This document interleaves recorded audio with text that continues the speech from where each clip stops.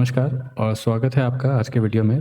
Birth chart analysis का जो series है, उस सीरीज़ में आज हम कुंडली लेने वाले हैं, वो गौतम गंभीर की कुंडली है।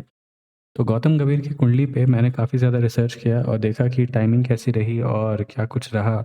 और उनका जो टाइमलाइन था, लाइफ़ के जितने सारे इवेंट्स थे, उसको मैंने रिलेट करने की कोशिश की और उसके बेसिस पे जो मुझे करेक्ट जो इनका बर्थ डिटेल मिला था, तो वो है 14th ऑफ अक्टूबर 1981 और 11 बजे का, रात के 11 बजे का दिल्ली का जन्म है।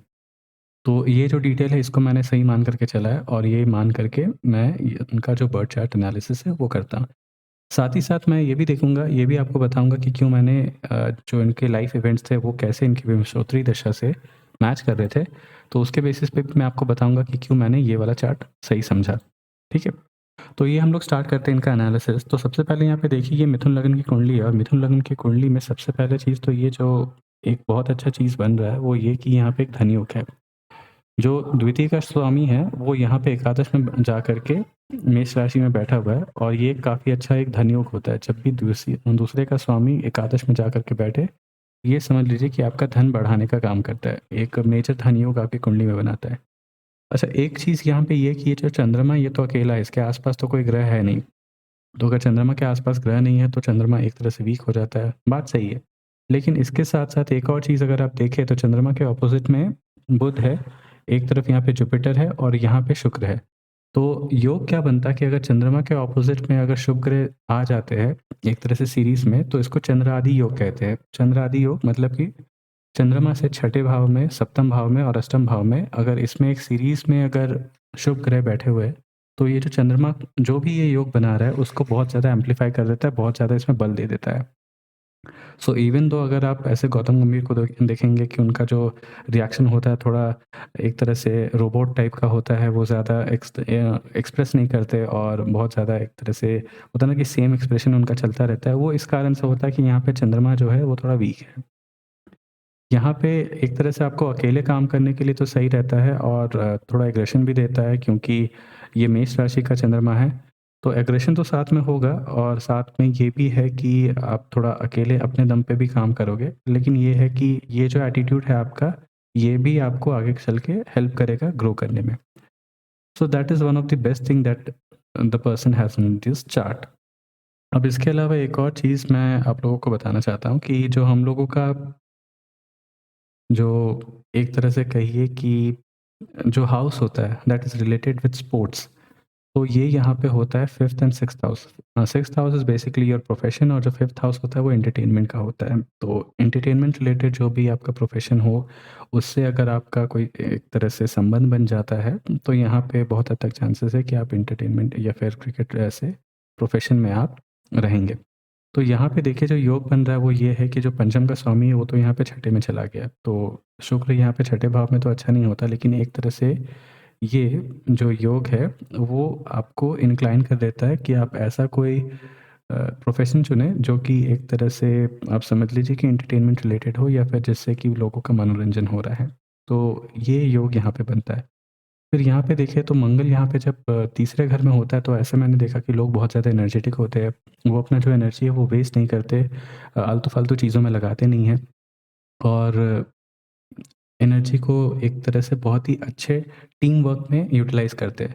तीसरा घर जो होता है वो आपके भाई-बंधु का भी होता है, आपके दोस्तों का भी होता है और यहाँ पे मंगल बहुत ही अच्छा शुभ फल देता है। ये मैंने देखा है कि मंगल यहाँ पे आपको काफ़ी ज़्यादा एनर्जेटिक और काफ़ी एक तरह से डेडिकेटेड बना देता है और साथ ही साथ जो आपका एनर्जी होता है that goes into some productive work. उपाच्य घरों में जो मंगल की उपस्थिति होती है वो काफ़ी ज़्यादा अच्छी होती है। यहाँ पे एक और चीज़ देखें, तो चौथे भाव में शनि बैठा हुआ है। शनि यहाँ पे चौथे भाव में बैठ के लोगों को काफ़ी ज़्यादा गंभीर बना देता है। इसका जो मैं अगर अलग-अलग एग्ज़ाम्पल्स दूँ, जैसे कि अमिताभ बच्चन, फिर हुए ऋतिक रोशन, फिर उसके बाद और भी कुछ लोग हैं जिनसे मैं मिला हूँ। मैंने जिनका भी देखा कि चौथे भाव में शनि होता है, तो मैंने उनके केसेस में देखा है कि थोड़े कोल्ड नेचर टाइप होते हैं। थोड़े एक तरह से अपना काम जो है बहुत ज़्यादा डेडिकेशन के साथ करते हैं, बहुत ज़्यादा मेहनत के साथ करते हैं और उसमें बहुत ज़्यादा एफ़र्ट लगा देते हैं। अ, सैटर्न का यहाँ पे चतुर्थ भाव में होना, वो एक तरह से आपके मन को थोड़ा भारी बना देता है। आपके मन को लगता है कि नहीं, आपको डेडिकेटली एक काम पे आपको बहुत ज़्यादा फ़ोकस करना है। तो ये एक तरह से एक एट्रीब्यूट होता है, अगर आप समझ लीजिए आप सैटर्न 4th हाउस में देखते हैं। उसके साथ-साथ ये कि जब जुपिटर आपके 4th हाउस में चला जाता है, तो ये आपको एक तरह से जनरस भी काफ़ी ज़्यादा बनाता है, क्योंकि आपके मन का है। मन के भाव में अगर जुपिटर आ जाए, तो एक तरह से आपको थोड़ा जनरस बना देता है और आप दूसरों के लिए भी काम करना चाहते हो। तो ये भी एक अच्छा योग है। ओवरऑल यहाँ पे इंटेलिजेंस भी देखें तो बुध चौथे और पंचम भाव में अच्छा फल देता है, जो कि मैंने यूजुअली देखा है, और यहाँ पे भी वही योग एक तरह से बन रहा है। तो ओवरऑल यहाँ पे देखिए चंद्रमा एक अच्छा योग बना रहा है, चंद्रमा के लिए चंद्रादि योग यहाँ पे बन रहा है, और ओवरऑल जो पर्सनैलिटी है वो टीम स्पिरिट के लिए और एक तरह से कहिए कि टीम मैनेजमेंट के लिए काफ़ी ज़्यादा अच्छा है। तो एक स्पोर्ट्स पर्सन के हिसाब से जो एक कुंडली होनी चाहिए, एनर्जेटिक और साथ ही साथ फ्लेक्सिबल माइंडसेट और एक तरह से गो गेटर वाला जो एटीट्यूड होना चाहिए, वो यहाँ पे है, and that help him a lot. अब इसके बाद मैं कुछ और रीज़न्स आपको बताना चाहता हूँ कि क्यों मैंने ये चार्ट सही समझा और क्यों दूसरे चार्ट जो है उनको मैंने रिजेक्ट किया था। तो यहाँ पे गौतम गंभीर का अगर आप करियर देखेंगे, तो 2004 के आसपास इनको इंडियन टीम में अपॉर्चुनिटी मिली थी। टेस्ट टीम के थ्रू ये खेलना शुरू किए थे। एक्चुअली इनको पहले जो अपॉर्चुनिटी थी वो शायद 2002 के आसपास ही, 2002 या 2003 के आसपास ही मिल गई थी, जब इंडिया बांग्लादेश गया था। तो वहाँ पे बहुत सारे सीनियर्स प्लेयर को रेस्ट दिया गया था, तो उस कारण से गौतम गंभीर को एक तरह से चांस मिला था। तो गौतम गंभीर ने वहाँ पे ठीक-ठाक ही खेला, लेकिन क्योंकि सीनियर प्लेयर्स वापस आने वाले थे, तो उसका जो प्लेसमेंट, उनका जो एक तरह से कहिए जो अपॉर्च्युनिटी था, वो लिमिटेड ही था। तो वो वहाँ पे बहुत ज़्यादा कुछ परफ़ॉर्म कर भी नहीं सकते थे। अनटिल एंड अनलेस कोई एक बहुत ज़्यादा मिरेकुलसली कुछ अच्छा होता, तब जा कर के उनके लिए बात बनती पाती। अब यहाँ पे उसके बाद क्या हुआ कि अगर मैं ये आपको ट्रांसिट के थ्रू अगर दिखाऊँ, तो आपको ज़्यादा अच्छे से समझ में आएगा। तो हम लोग 2005 में चले जाते हैं। 2005 का जो केस है, यहाँ पे देखिए 2004 के आसपास ये फ़ेज़ ख़त्म होता है, और यहाँ पे शनि आ जाता है, जो चंद्रमा से चौथे में। चंद्रमा से चौथे में जब भी शनि आता है, तो ये आप लोगों को पता ही है कि चंद्रमा से चौथा शनि जो है, वो एक तरह से शनि की ढैया बनाता है। तो शनि का ढैया वाला जो फ़ेज़ था यहाँ पे, तो यहाँ पे इनको थोड़े बहुत चांसेस मिले, लेकिन उसके बाद फिर ये टीम से बाहर हो गए। बहुत लिमिटेड इनको चांस ही मिल पाए, और जो चांस मिला भी उनको, उनमें उस पे वो बहुत ज़्यादा कैपिटलाइज़ कर नहीं पाए। फिर एक तरह से अगर आपको याद होगा, तो कि 2007 में अ, वर्ल्ड कप के लिए टीम चुनी जाने वाली थी, और रॉबिन उथप्पा और गौतम गंभीर में से किसी एक को चुनना था। तो वहाँ पे रॉबिन उथप्पा ने भी काफ़ी अच्छा परफ़ॉर्म किया था, लेकिन ये बहुत अच्छा परफ़ॉर्म नहीं कर पाए थे। तो यहाँ पे इसका कारण यही है कि जब तक यहाँ पे शनि इस राशि में था, कर्क राशि में, तो एक तरह से इनको ढैया चल रही थी, और ढैया चलने के कारण यहाँ पे इनको बहुत ज़्यादा प्रोग्रेस नहीं मिल पाया था।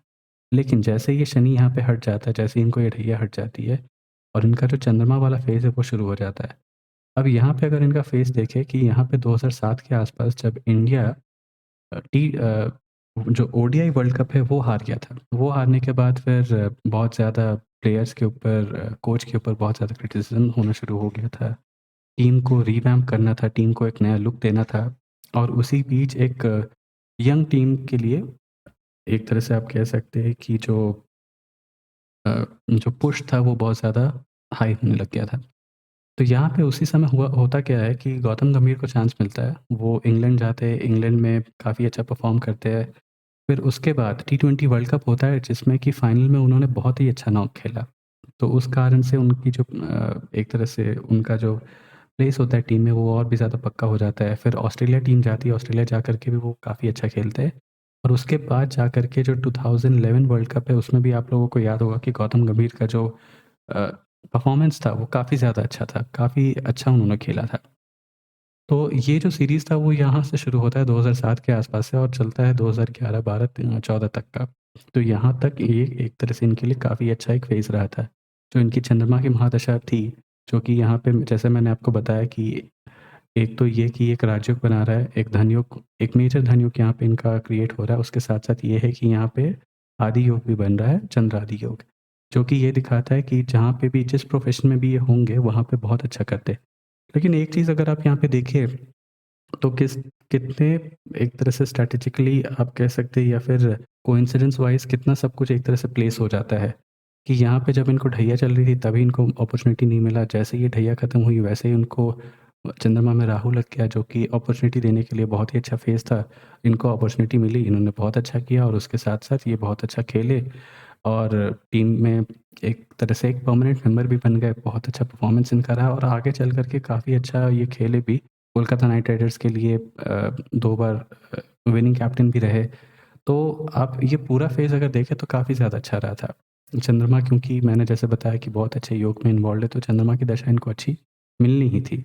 और जभी भी आप देखें कि कोई भी आपका ग्रह अगर एकादश भाव में बैठा हुआ है और एकादश भाव में बैठ कर के कोई बहुत अच्छा योग बना रहा है, तो आप समझ लीजिए कि ये आपको काफ़ी अच्छा फल देने वाला है। क्योंकि एकादश भाव एक तरह से आपके मटेरियलिस्टिक डिज़ायर के लिए बहुत अच्छा घर होता है और वो आपको मटेरियलिस्टिक चीज़ें अचीव करने में काफ़ी हद तक हेल्प करता है।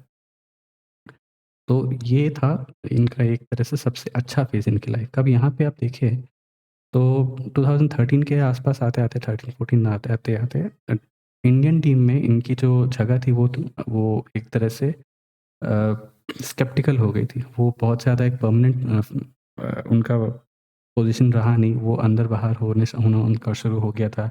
कभी फ़िटनेस को लेकर के, कभी किसी और चीज़ को लगे लेकर के, कभी किसी और प्लेसमेंट को लेकर के।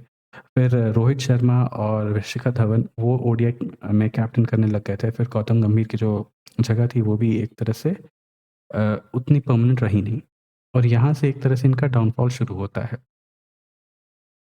अब यहाँ पे एक और चीज़ देखें कि एक चीज़ मैंने आपको बताया कि चंद्रमा अगर अकेला हो तो और शनि की ढैया आपको चल रही हो, तो शनि की ढैया बहुत ज़्यादा लीथल होती है, बहुत ज़्यादा आपके लाइफ़ में एक इम्पैक्ट क्रिएट करता है।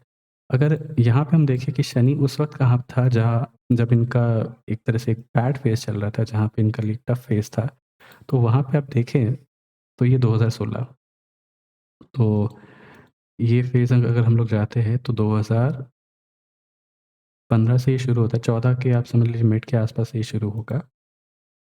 14 के मिड के आस-पास से और उसके बाद फिर 15, 16, 17 से फिर ये खत्म हो जाता है ये फ़ेज़। तो ये जो फ़ेज़ था जब इनको शनि की ढैया चल रही थी, तो ये इनके लिए काफ़ी टफ़ फ़ेज़ था। टीम में इनकी जगह बन नहीं रही थी, आईपीएल में इनसे परफ़ॉर्मेंस अच्छा हो नहीं रहा था। तो एक तरह से इनका एक टफ़ फ़ेज़ शुरू हो गया था। और उसके बाद फिर फाइनली इन्होंने, जब इनको मंगल की महादशा थी और शनि का अंतर था, इस टाइम पे जाकर के इन्होंने ऑल फ़ॉर्म ऑफ क्रिकेट से रिटायरमेंट ले लिया था। क्योंकि इनको भी लगा कि और शायद इनको अपॉर्च्युनिटीज़ मिल नहीं रही थी और ये सही टाइम था करियर को एग्ज़िट करने का। एक और चीज़ जैसे मैंने आपको बताया कि शनि एक ऐसा प्लैनेट होता है जो कि सेपरेटिव होता है और आपको रिटायरमेंट अगर आपको देना है, अगर आपको कोई जॉब क्विट करवाना है, तो उसके लिए शनि की जो दशा है वो काफ़ी ज़्यादा इम्पोर्टेंट हो जाती है और वहाँ इस केस में भी एक तरह से वही चीज़ हुआ। यहाँ इसके बाद जाकर के शनि वाला ये जो फ़ेज़ था, लेकिन एक चीज़ और है, अगर शनि आपके प्लेसमेंट आपका काफ़ी अच्छा एक प्लेसमेंट दे रहा है, तो वो आपको एक पब्लिक फ़िगर भी बना देता है और यहाँ पे उनके लिए भी वही हुआ। शनि यहाँ पे चौथे भाव में बैठा है, चौथा भाव किस चीज़ का होता है? जनता का। एक तरह से आपको पब्लिक फ़िगर अगर बनाना है, तो शनि यहाँ पे काफ़ी ज़्यादा इम्पोर्टेंट होना चाहिए, काफ़ी ज़्यादा प्रोमिनेंट होना चाहिए। शनि यहाँ पे बैठ कर के इसी साल इनको एक पब्लिक फ़िगर बनाता है, इनको एमपी बना देता है और ये दिल्ली से एमपी बन जाते हैं बीजेपी के थ्रू। तो ये काम भी यहाँ पे शनि ने पूरा किया और यहाँ पे जो इसके बाद का इनका फ़ेज़ था, ये काफ़ी ज़्यादा अच्छा है। काफ़ी एक तरह से ग्रोथ वाला इनका फ़ेज़ शुरू हुआ है। और यहाँ पे आगे का जो फ़ेज़, जो अगर मैं इसके बारे में बताऊँ, तो इनका राहु की महादशा शुरू होती है और राहु एक तरह से बहुत ज़्यादा अच्छा नहीं है। उसका कारण, राहु अगर आपको अच्छा फल तभी दे सकता है अगर आपका चंद्रमा काफ़ी ज़्यादा अच्छा हो। अगर चंद्रमा अच्छा नहीं है तो फिर राहु भी फल देने में सक्षम नहीं होता है। राहु, शनि, ये मैंने दोनों के केसेस में देखा है। तो होता क्या है कि क्योंकि अगर आपका चंद्रमा कमज़ोर है और राहु की दशा शुरू हो जाए, भले ही यहाँ पे योग तो अच्छा बन रहा है, धन योग तो काफ़ी अच्छा है, तो इनको पॉपुलैरिटी काफ़ी ज़्यादा मिलने वाली है, नेम फेम इनको काफ़ी ज़्यादा मिलने वाला है, लेकिन एक तरह से मेंटल स्ट्रेस इनका काफ़ी ज़्यादा बढ़ जाएगा। काफ़ी एक तरह से मेंटली लो फ़ेज़ में ये चलेंगे और उस कारण से थोड़ा मेंटल स्ट्रेस और थोड़ा हेल्थ ख़राब होने के यहाँ पे योग बन जाते हैं। लेकिन क्योंकि ये धन योग में इन्वॉल्वड है, उस राशि में बैठा है जहाँ पे धन योग बना है, तो इस कारण से पैसे की कोई कमी नहीं आएगी, नेम-फेम की कोई कमी नहीं आएगी। बस ये है कि एक तरह से इनका अगर माइंडसेट हम लोग चेक करें, तो वहाँ पे आपको ऐसा लगेगा कि हाँ, ये थोड़े लो फ़ेज़ से गुज़र रहे हैं। उसके बाद से फिर ये जुपिटर वाला जो फ़ेज़ है, राहु जुपिटर वाला, तो ये इनके लिए फिर से अच्छा हो जाएगा और फिर से आगे इनका प्रोग्रेस होगा। मेन चीज़ ये है क्योंकि हालाँकि ये राहु की दशा है, राहु की महादशा है, जो कि थोड़ा टफ़ होता है। लेकिन क्योंकि ये राहु धन योग में इन्वॉल्व्ड है, तो धन तो इनको अच्छा मिलेगा, पब्लिक रिकॉग्निशन भी काफ़ी ज़्यादा अच्छा मिलेगा, लेकिन मेंटल पीस के लिए बहुत ज़्यादा अच्छा नहीं होगा। तो वो एक यहाँ पे प्रॉब्लम है। तो ये था मेरा एनालिसिस इनके चार्ट का। Let me know what you want to see next, और इसी तरह से मैं और भी ज़्यादा रिसर्च करता रहूँगा। तो अगर आपके पास कोई चार्ट अवेलेबल है किसी सेलिब्रिटी का with accurate date of birth, time of birth and place of birth, do let me know in the comment section, और मैं उसको गो थ्रू करूँगा, उसको रिव्यू करूँगा, उसके ऊपर रिसर्च करूँगा, और उसके बाद उसी के ऊपर मैं वीडियो बना करके आप लोगों को प्रेज़ेंट भी करूँगा उनके लाइव इवेंट्स के साथ, तो कि जिससे कि आपके लिए चार्ट को समझ पाना और इवेंट्स को टाइम कर पाना और भी ज़्यादा आसान हो जाएगा। So thanks for watching till the end. See you in the next video. Bye.